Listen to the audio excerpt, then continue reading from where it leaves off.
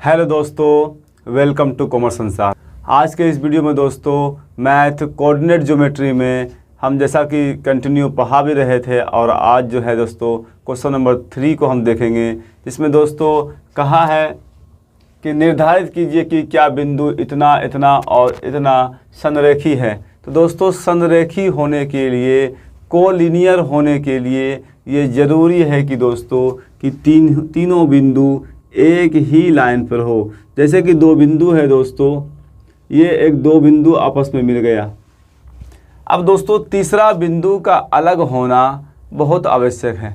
अगर दोस्तों तीसरा बिंदु इस लाइन से अलग हो जाए, कहीं पर भी हो जाए, तो दोस्तों यहाँ से जो है मान लीजिए ये इसको मिला देंगे, यहाँ इसको मिला देंगे, तो ये दोस्तों एक त्रिभुज बन जाए। तो इस लाइन के अलावा अगर कहीं पर भी तीसरा बिंदु बनता है तो वो कुछ न कुछ क्षेत्रफल देगा, क्षेत्रफल घेरेगा।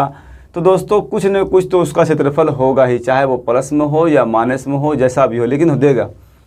लेकिन दोस्तों अगर जो है ये बिंदु इसी लाइन के ऊपर बन जाए तीसरा बिंदु, तो दोस्तों यहाँ पर से क्षेत्रफल देने की कोई बात ही नहीं होती है। चाहे यहाँ बन जाए, यहाँ बन जाए, यहाँ कहीं पर भी बन जाए, उसी दो बिंदुओं के बीच कहीं बन जाए, तो दोस्तों इसी को हम संरेखी कहेंगे।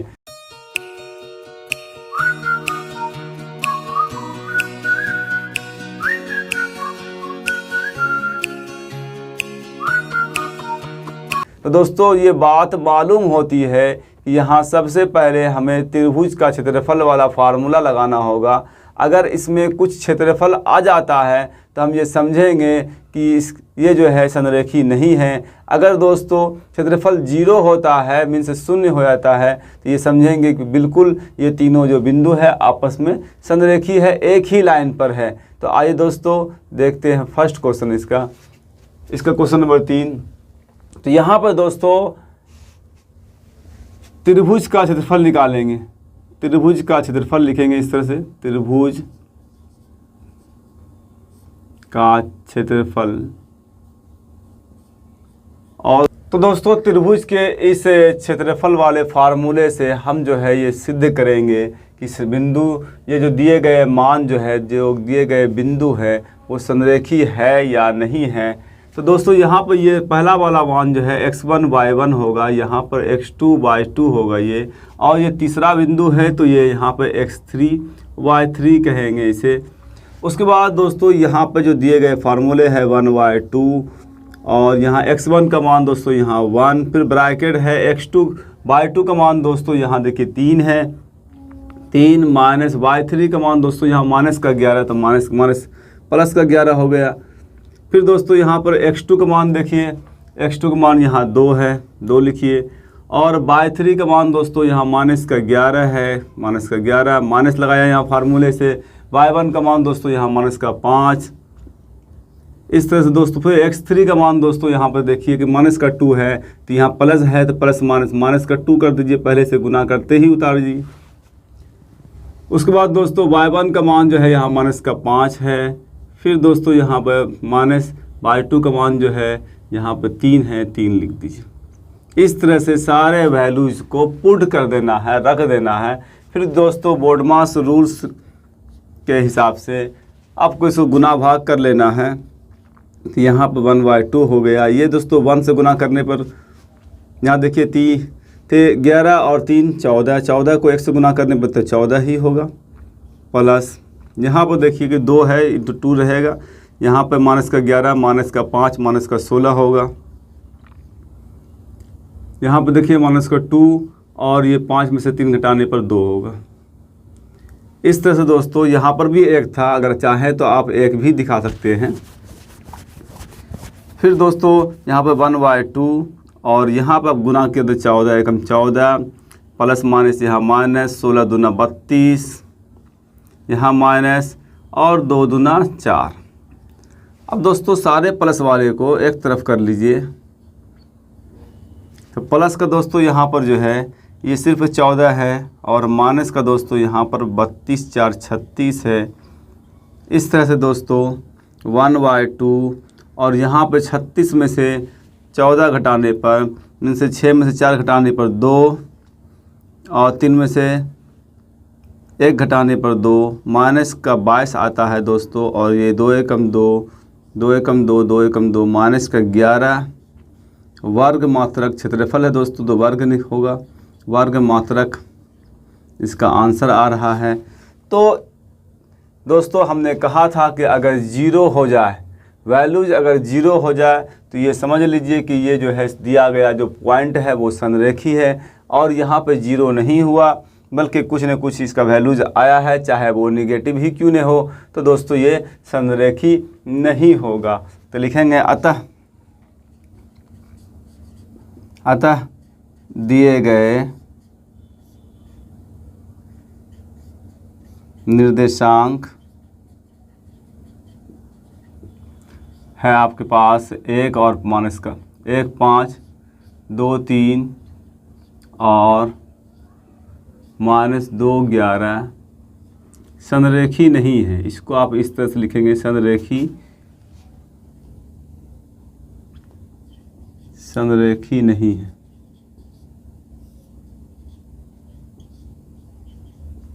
तो आइए दोस्तों क्वेश्चन नंबर 4 को देखते हैं कि जांच कीजिए कि क्या बिंदु 5 - 2 6 4 7 - 2 एक समद्विबाहु त्रिभुज के शीर्ष हैं।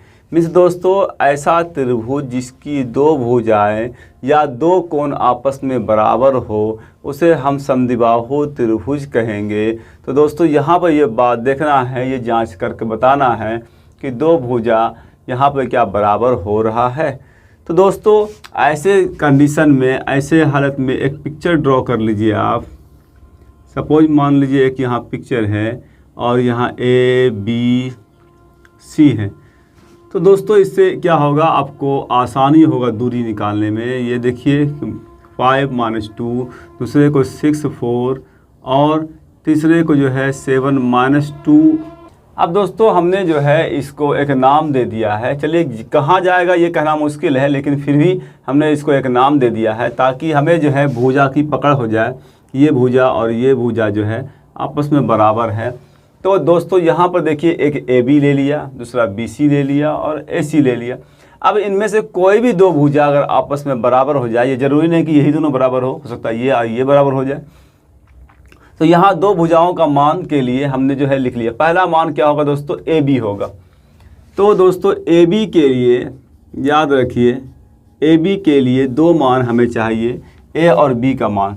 A का मान दोस्तों यहाँ पर 5 और -2 है, और B का मान दोस्तों यहाँ पर 6 और 4 है। इसमें दोस्तों ये पहले वाले को x1/1, दूसरे वाले को x2/2। और दोस्तों हमने दूरी का फार्मूला आपको बताया था, चाहे तो आप x1 - x2 करके निकाल लीजिए या फिर x2 - x1। तो चलिए x2 - x1 पे होल स्क्वायर करके निकाल लेते हैं और y2 - y1 पे होल स्क्वायर करके निकाल लेते हैं। तो दोस्तों डिफरेंसेस निकालने से मतलब है, इससे आप बनाइए। तो यहाँ पर x2 का मान दोस्तों यहाँ 6 है और x1 का मान यहाँ 5 है, तो इस तरह से स्क्वायर लिखिए। प्लस y2 का मान दोस्तों यहाँ पर 4 है और माइनस लगाया। y1 का मान दोस्तों यहाँ -2 है, तो ये 2 जुड़ जाएगा, प्लस का हो जाएगा। अब दोस्तों यहाँ पर 6 में से 5 घटाने पर 1 पे स्क्वायर प्लस यहाँ 4 2 6, यानी 4 और 2 6 हो जाएगा, 6 पे स्क्वायर। 1 का स्क्वायर दोस्तों 1 और 6 का स्क्वायर दोस्तों यहाँ 36 और 1 दोस्तों 37 हो गया। तो ये 37 मात्रक एक मान निकल गया दोस्तों। अब उसके बाद दूसरा मान निकाल लीजिए आप। दूसरा क्या होगा दोस्तों, तो ये BC लिख लीजिए। तो BC में दोस्तों यहाँ पे B और C ले लीजिए आप।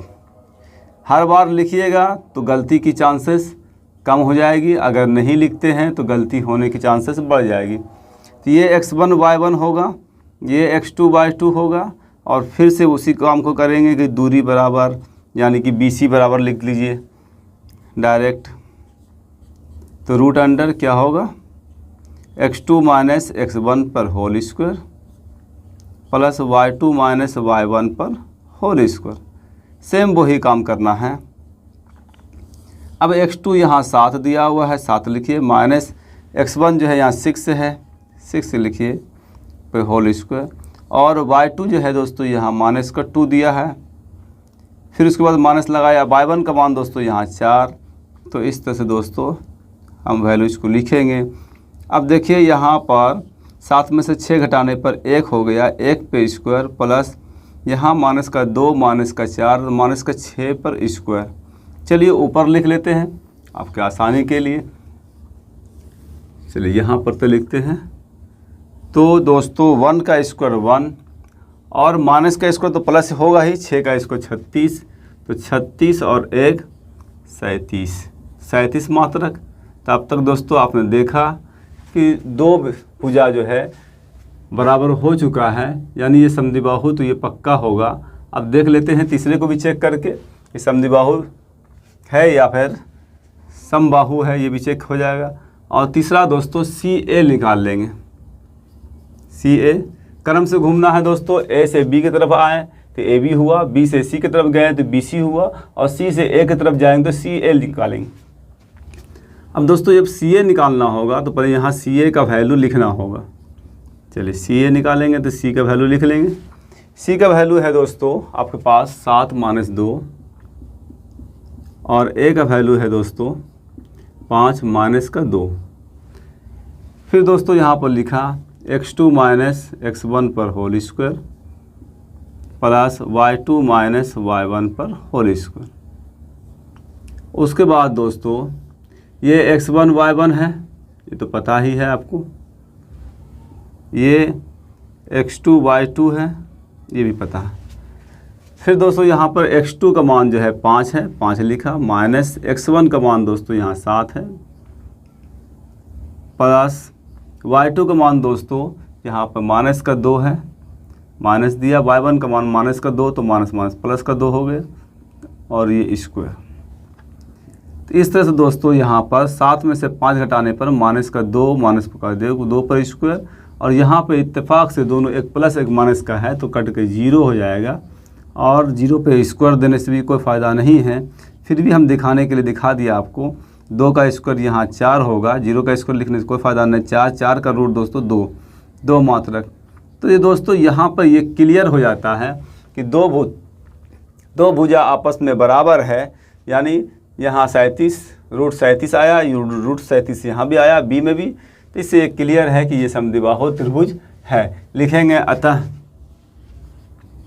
दिए गए निर्देशांक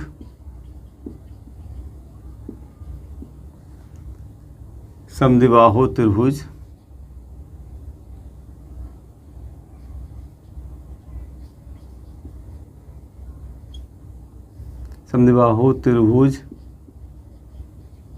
के शीर्ष हैं। इस तरह से आप लिख सकते हैं, शीर्ष हैं।